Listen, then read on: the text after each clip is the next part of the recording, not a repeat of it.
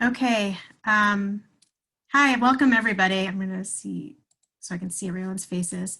I wanted to welcome everyone to attend the second virtual meeting for the South End Connector project. We're really excited to have everyone here.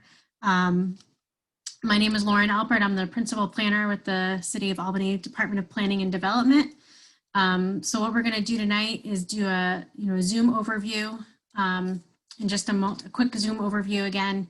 And then we're going to kind of go over the design presentation. And then we're going to go into small breakout group sessions and kind of discuss what everyone thinks. We'll report back and then we'll adjourn and continue with our lovely evening. So with that, I'll turn it over to Marie from our design team to kind of go over Zoom a little bit in case anyone has any questions. Thank you, Lauren. All right, so I'm going to just go to a slide to walk through some of the Zoom functions that we'll use tonight for anyone who's using the technology for the first time. You've probably all noticed that when you jumped onto the meeting, we have as a default setting, everyone's on mute. That's just to kind of avoid having a lot of background noise. If you want to speak during the Q&A part, you can just hit this button on the lower left corner here to unmute your microphone and start talking. If you want to turn your video on or off, the video button is right next to the microphone, so you can turn it on and off. We also have the participants button right here. If you hit this button, this window on the right-hand side of your screen will open up, and that gives you a list of everyone who is participating in the meeting. In doing that, if you find your own name and hover over it, you can choose the raise your hand function. And when we do the question and answer part at the end of the design presentation, you can use the raise your hand tool to get our attention so that we'll call on you. You can ask your question or make a comment or whatever you want to do. And if you'd rather, you can also use the chat function, which is at the lower middle part of your screen. If you hit that button, you'll get the chat box on the right-hand side that opens up, and you can just type directly into it any question. And then someone on our team would then, in that case, read out the question. So if you would prefer not to speak for any reason, we will read the question and do our best to answer in that way. And then the other thing, just in terms of what you want to see on your Zoom screen, there's a speaker view and then there is a gallery view. What you're seeing in this picture is a gallery view where you get a little thumbnail image of everybody who's on the meeting. If you hit speaker view, then it just shows the person who's speaking at that time much larger. All right. The other thing is when someone's sharing their screen, like right now, what you can do if you want to see more of the participants on your own screen, you can hit this little button here with the two lines and move it to the left or to the right. If you move it to the left, you start to see more people. If you move it to the right, then you can enlarge the size of the screen that you're seeing. So if any of the graphics you want to see larger, move it to the right and you should be able to see more of that. And then the final thing that we wanted to go over is if you look at your picture and you hover over your picture and you see these little blue dots come up, if you click on that, you should get the option to change your name if you want to. And so if someone else in your household uses your Zoom account and you want to change the name to your own name, that might come in handy.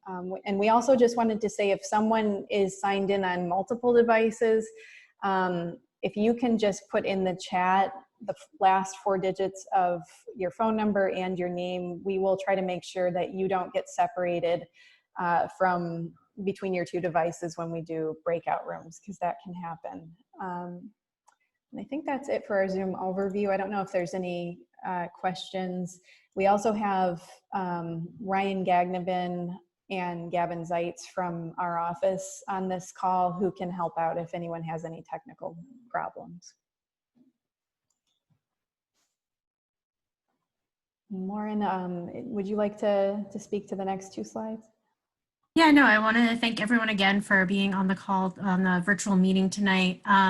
So really the purpose of this meeting and this process is to reimagine what this space of the trail could look like. So the South End Connector connects the Corning Preserve, the Albany waterfront to the Helderberg Hudson Rail Trail. And this section under I-787, is a space that we can completely reimagine. And so, we've informally in our office been calling it, this process adding the fun stuff. So, this is our opportunity to hear from you and share some of the ideas that, the design team has come up with, and to hear from you and what other ideas that we haven't been thinking of. And so on the call today, as I said, my name is Lauren Alpert. I'm the principal planner with the Department of Planning Development. We also have Pauline Sen on the call, a planner in our office, and also working on this project is Yasmin Robinson, our deputy director. We also have Tony Christian from Creighton Manning Engineering. I don't know if he wanted to introduce himself. And we also have a landing studio as part of our design team. Marie, Dan, and Ryan and Gavin are on the call as well this evening.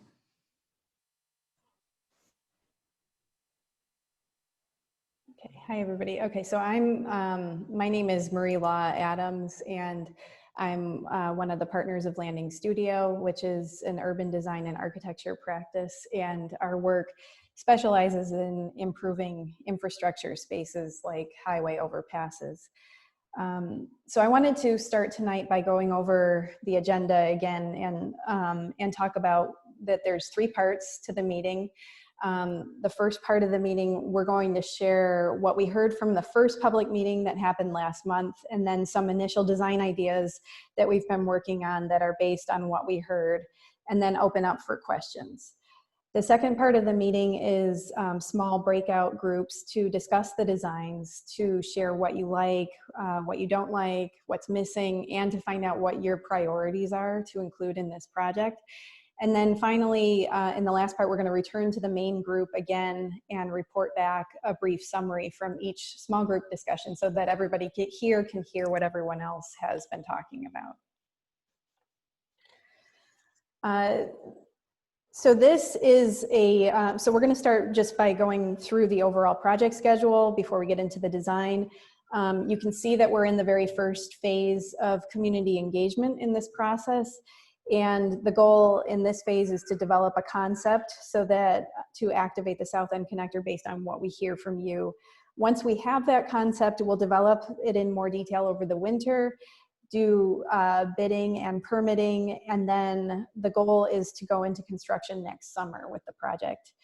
And so we've also put a link here, which we can share in the chat later, to the project website. You can always go to southendconnector.weebly.com for any project updates or for copies of these meeting materials or the recorded version of the meeting as well if you know someone that missed it that wants to see this.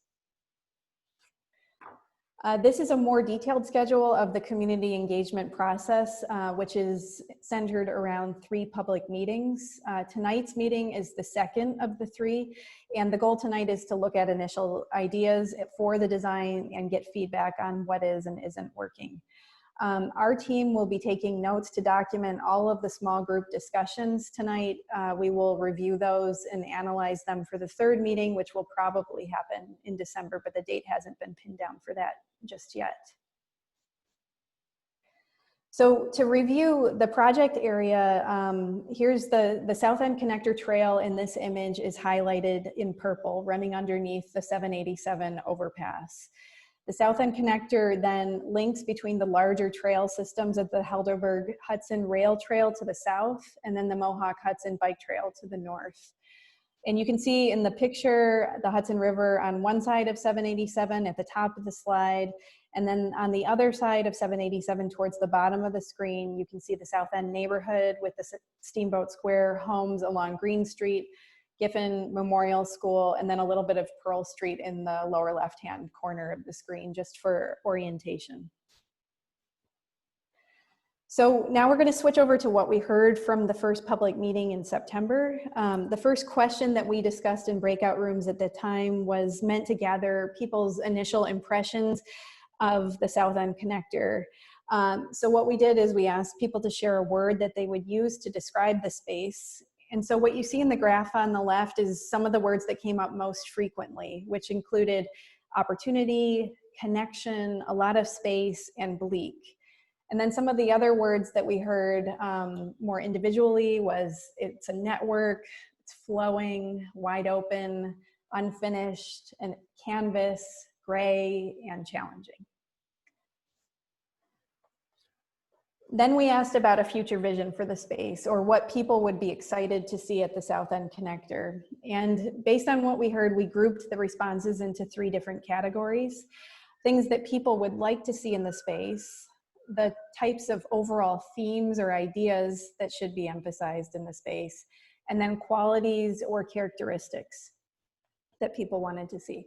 So in terms of the things, in the bar chart, we're showing some of the ideas that came up the most, with the most mentions for art, followed by signage, and then landscape. Food trucks was after that, followed by lighting, and then seating, bathrooms, a farmer's market, exercise stations, and gathering spaces were also mentioned, all by more than one person at the meeting. And then in addition, we heard individual ideas about creating meeting and gathering space, providing bike amenities like bike racks or bicycle fixing stations, litter control, a skate park, and a climbing wall were other things. In terms of themes or ideas that should be emphasized, community and local stories or history came up the most. That was followed by economic development or opportunities for local businesses to use the space, comfort around dampening the sound of the highway, and people also mentioned traffic safety in terms of getting to the South End Connector, environmental benefits like stormwater management and air quality improvements from trees, family friendliness was mentioned a few times, and also accessibility in terms of making the space easier to get to.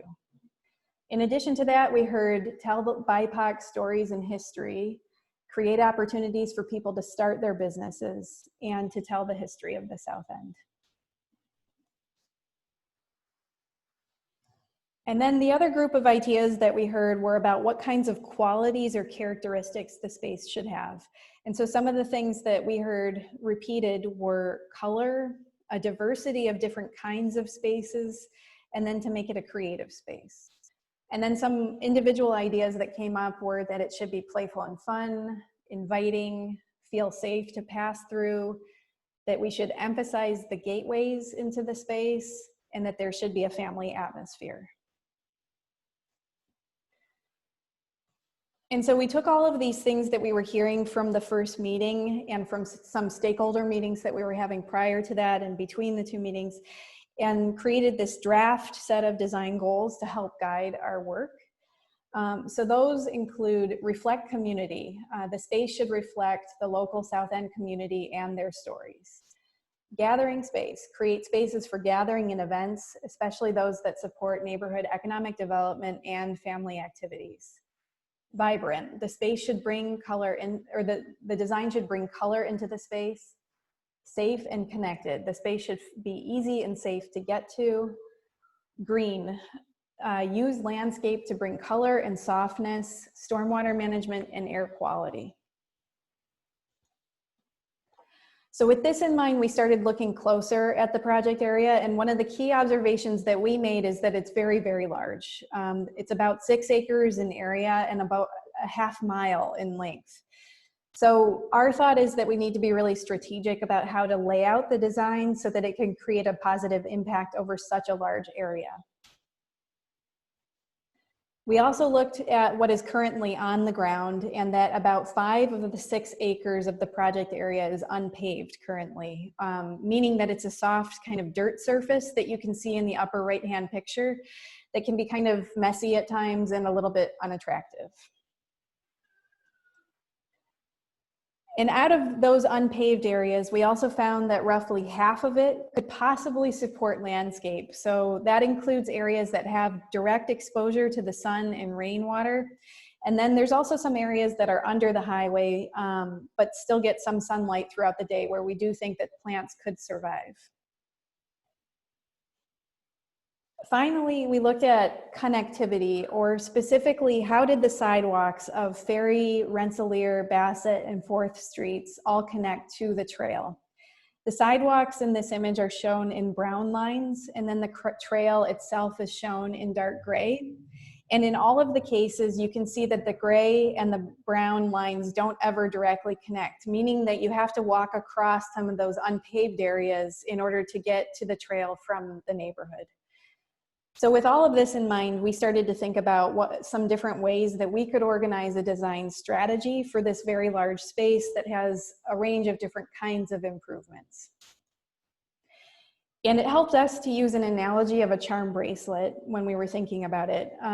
So if we imagine that the trail itself is like the chain of the bracelet, and that there are a series of charms, which are at the ends of the neighborhood streets. So Ferry Street, Rensselaer, Bassett, and 4th Street all could be thought of as these charms. And each one of those charm areas could be a localized area of improvement along the main trail that helps to better connect the neighborhood to the trail itself and to achieve the design goals that we mentioned earlier.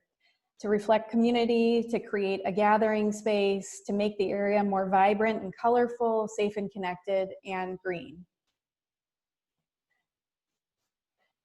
And that we could do this through a kit of parts approach, where certain kinds of improvements are the charms and happen where the streets meet up with the trail. So we could, in those locations, make public plazas with furniture, possible recreation areas or planted areas when the space permits, and use crosswalks and pathway connections where they're needed.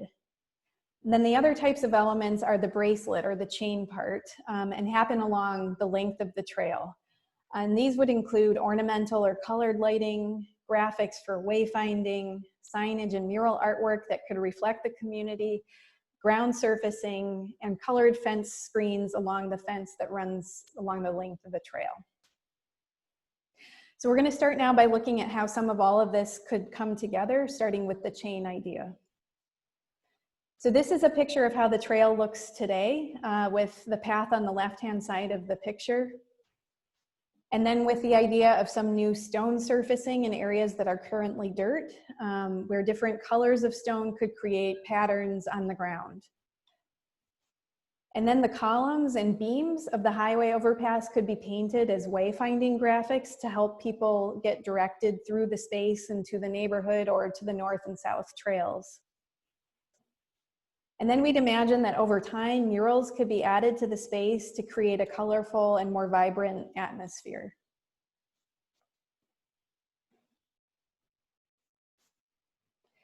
So then if we focus on one of the charm areas at the end of Ferry Street, this is a picture of what the trail looks like there today.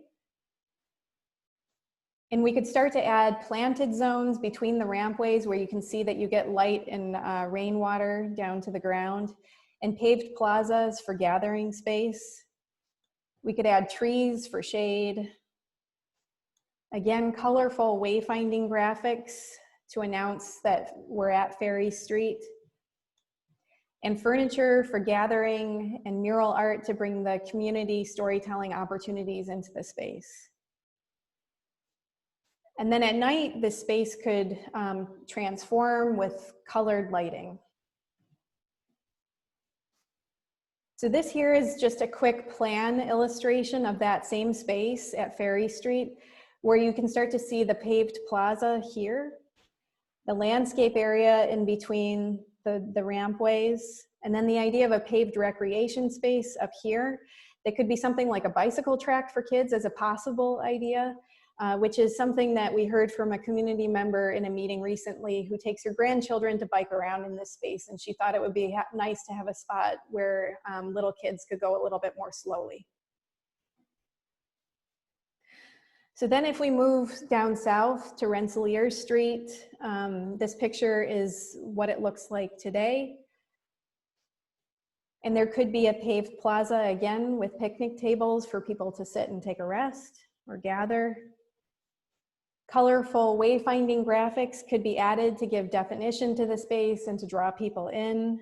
and a colored windscreen in the background would for that fence that goes through the whole space. And then the idea of mural art to frame the space and a crosswalk to help with the connection. And so if again, we look at a plan that just illustrates what we were just looking at Rensselaer Street, you can see the project area is a little bit narrower here. This is the line of the fence. So there's a little bit less space to work with in this location. So we're proposing things like fitness stations that you can see in this example photograph here. So people can, on the trail, take a break and do fitness workouts, or people can come and just use that from the neighborhood. And then if we just wrap up with a couple of plans at the end of Bassett Street here and 4th Avenue next. So at Bassett Street, what we're looking at in this picture is that there's actually a lot of room next to the path. So this could be a recreation space, like a basketball shoot around area or some other type of recreation facility with a seating area and a pathway link that connects the sidewalk to the trail here. And then finally at 4th Avenue, there's actually quite a bit of space around both sides of the trail. So this could be a really great area for larger gatherings like the food trucks or food trucks festivals, the idea that we heard a lot in the last meeting, or for pop-up businesses. We're also showing the idea of a big paved plaza here with seating. So you can see spaces for food trucks around the edges, in addition to landscape and trees where possible when we have enough light for it. And so that wraps up the design presentation that we've prepared for tonight. And so before we go into any of the breakout rooms where you'll get a chance to discuss the design in smaller groups in more detail, we just wanted to take this opportunity to answer any questions that you have. So I'm going to stop sharing my screen just for a second so everyone can see each other. And we'd ask that if you do want to ask a question, if you just raise your hand virtually by using the raise your hand tool, and we'll call on people. Or if you want to put a question into the chat, we'll read those out loud and then answer them. So Ryan, I don't know if maybe you could help facilitate the questions. I think we've seen a few that have come through already. Via hand raising, because I actually don't know if I'm getting. Oh, maybe just in the chat. I'm seeing that there was some stuff happening in the chat. Maybe those are not questions though. I don't think they were, but if anyone has questions, you can unmute or raise your hand or add it to the chat. I think I saw Keith Casey might have raised their hand. Oh, yep, Kathy Casey. Oh, Kathy Casey, thank you. Kathy, would you like to ask your question? Yes, good morning, or good evening, I should say. I am president of the Capital District chapter of the American Council of the Blind, and I've been following the progress of this project, although I did not know about the first meeting, but you gave a good summary of that. I'm a little concerned with the access points getting to the trail as far as someone who is visually impaired to be able to get around down there. I'd like to see also, once it's done, maybe do some historic signage and be able to have it audio described as people go through. Great, thank you so much for those comments.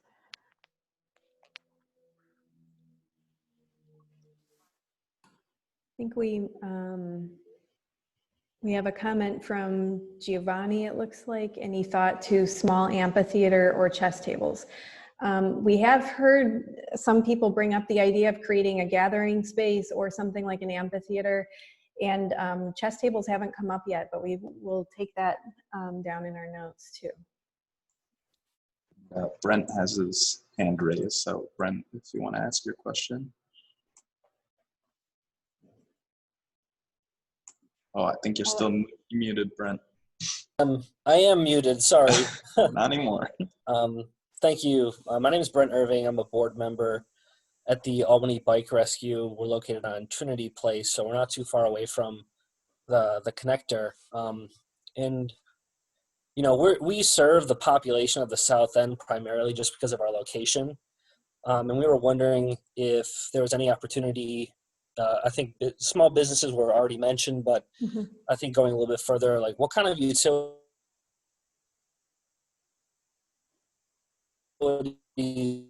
exist in the business down there, or any kind of temporary businesses, or is it more kind of geared towards kind of like the prefab trailer setup where you could just basically open and close the doors and deploy whatever kind of equipment you would need for the day and then put it back in?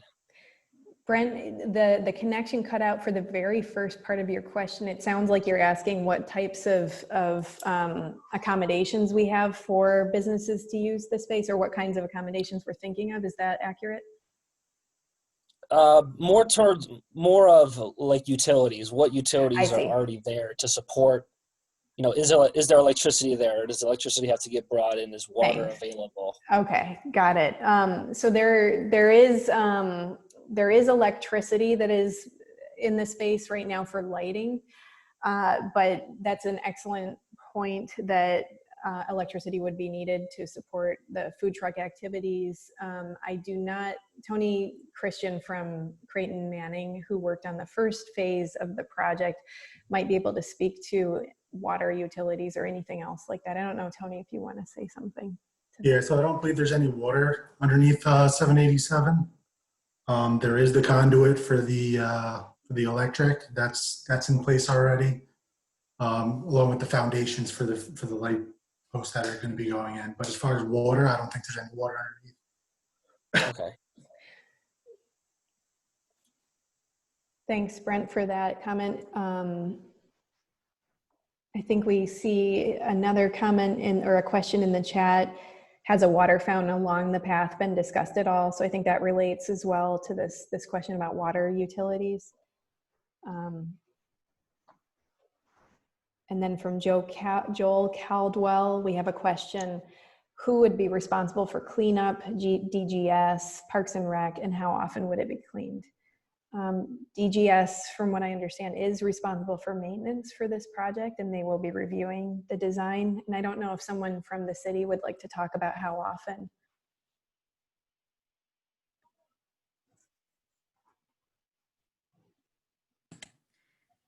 I can't speak to their exact schedule. They do have a regular maintenance schedule that they do follow for the South End connector. That's also being supplemented by a trail ambassadors group to do some cleanup in between. So if you're interested in volunteering in that, there's a contact for that on the South End connector page. But the DGS does have a regular cleaning schedule for this trail. I'm getting a question from Charles Welch asking, are there intents to conduct a health impact assessment pre or post? Well, that's an interesting question. I'm not aware of any plans to conduct a health assessment before and after this project.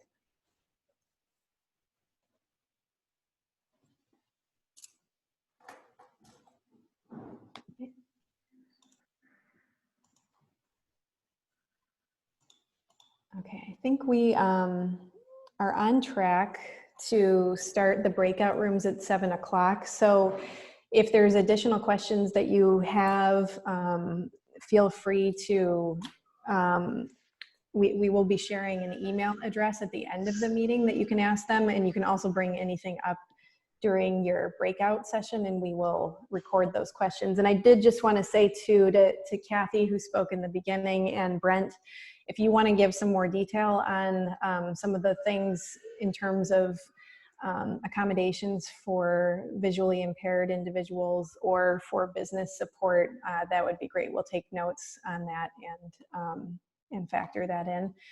So I'm going to go back to sharing my screen again and just talk about what the breakout room process will be like. I just need 1 second while my slides catch up. Okay. Okay. So For the next 30 minutes, we're going to do small group breakout sessions. In each of your rooms, there will be a facilitator that will ask the questions that you see on this slide, and then a note taker that will take a record of everything that's said in the meeting, so that we'll have that as we work on the next stage of development of this design. So in the breakout groups, just to go over the questions really quickly so you know what you'll be doing, we're going to start with overall introductions, and then we will go through a question about what you like about the design that you've seen and why. We'll move on to what is missing from the design, and then what are your highest priorities for this project, so that we can work with that as we start to refine the ideas for the next phase. And then finally, we're going to ask that each group choose one person to report back at the end, a 2-minute summary of the conversation back to this whole group when we're back in the main room. So Gavin, I think if you're ready, we're going to start the breakout rooms. And for everybody on this call, what you should see is a little window pop up on your screen that will invite you to breakout room 1, 2, or 3. And if you just click on that, you'll get a short delay, and then you'll reappear in that breakout room with a smaller group. Gavin, are you ready to start the rooms? Yep. Okay, great. I think we can just open those up and get started. Great. Thank you.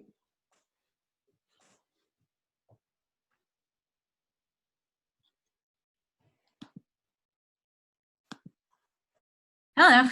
All right, we've all survived the time warp of going into the breakout rooms.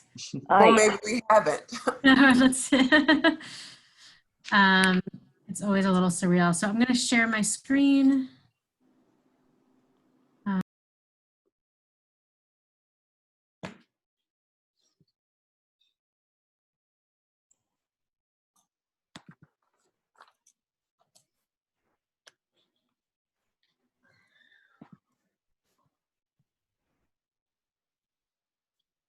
Gavin, are we all back in from the rooms? Yes, I think so. Yeah. Yeah. Welcome back, everyone. Yeah, thank you. So we hope everyone had a good conversation in their breakout rooms. We know there were a couple of technical glitches with being able to screen share, so I apologize for any difficulties anyone was having with that.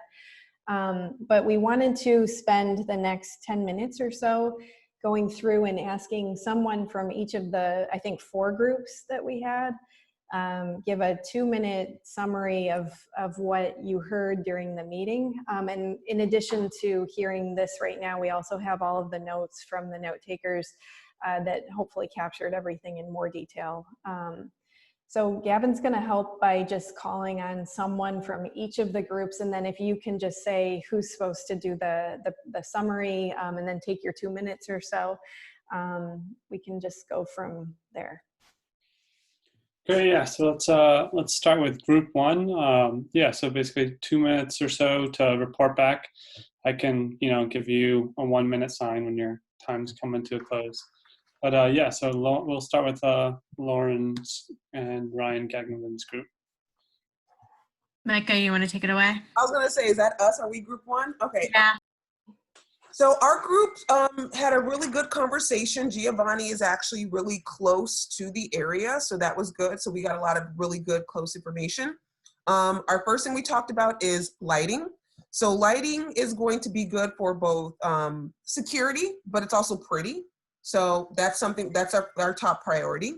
Our second priority is art.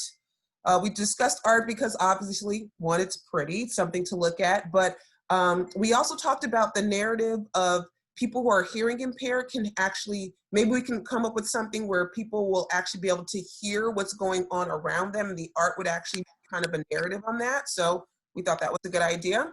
Our last idea was from Lauren, which was amenities. I love this idea. So throughout the 4 charms, I believe we talked about, those 4 charms can have different amenities. So we want to make sure the public wants to come to the space and use the space, not just have it to see at, but like use it.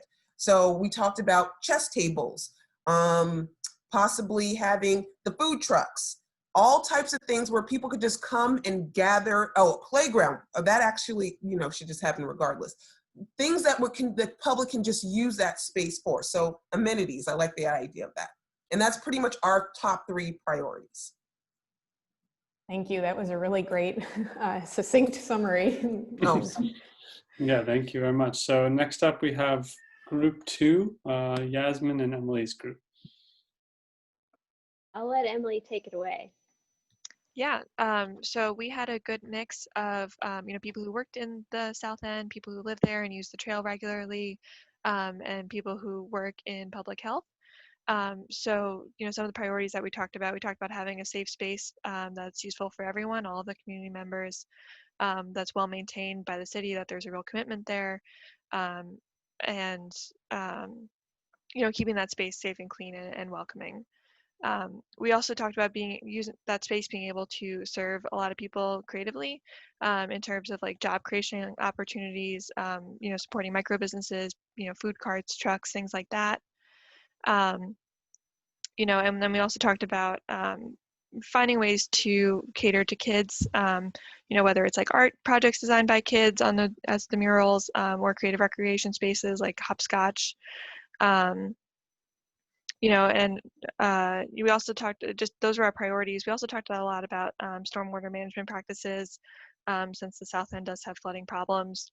And, a lot of safety, a lot of like emergency phone systems and proper lighting and things like that. If I missed anything important, anyone feel free to jump in. Great, thank you so much. All right, so next we have group 3, Palomi and Ryan. Grant, you want to go for it? So in the same vein that Mike and Emily mentioned, we spoke about safety being a priority, safety and making sure that the environment is safe for everyone that's down there. And one of the things that we really talked about was making sure that young people stay involved in the conversation and are engaged in the planning process. From what it sounds like, we want to introduce, a variety of activities down at this location. So even though that the trail is going to be kind of the spine to support all of that activity, we want to just make sure that young people stay involved with the conversation from an early start.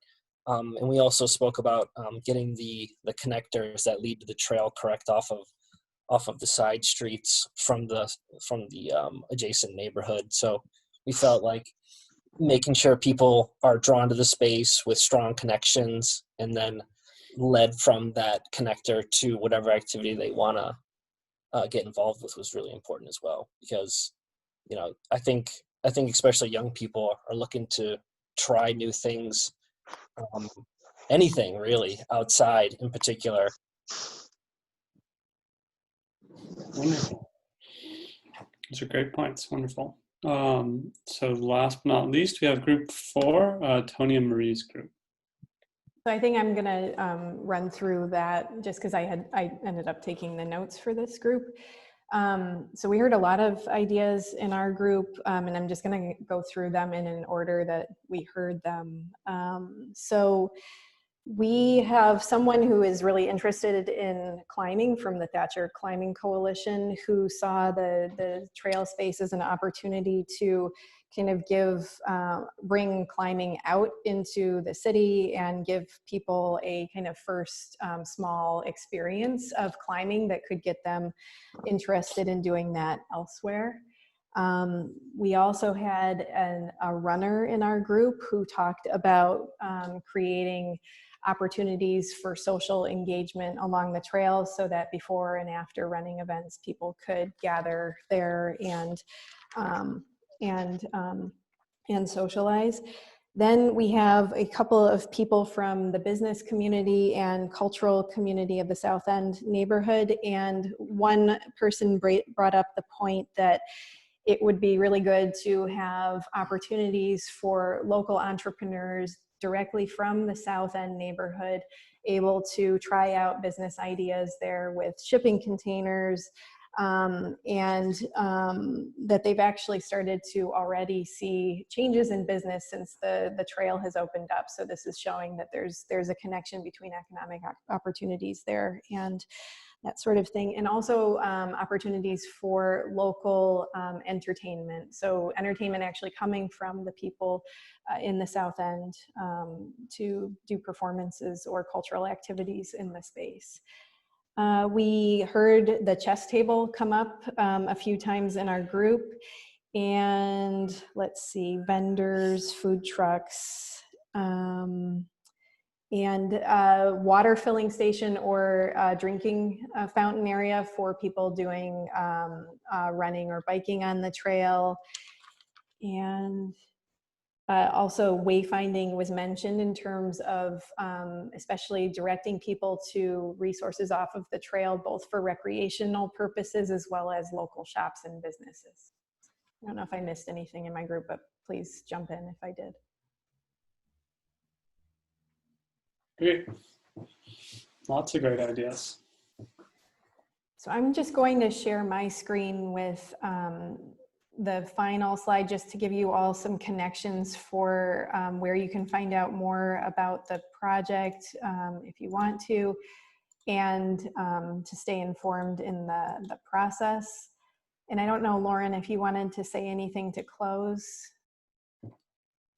I would just like to thank everybody for taking their time this evening to join us for the virtual meeting. And, you know, we got a lot of really thoughtful ideas and responses and discussion. So I hope everyone is able to make the next one and continue to give feedback either at the website southernconnector.weebly.com or that email address dpd@albanyny.gov.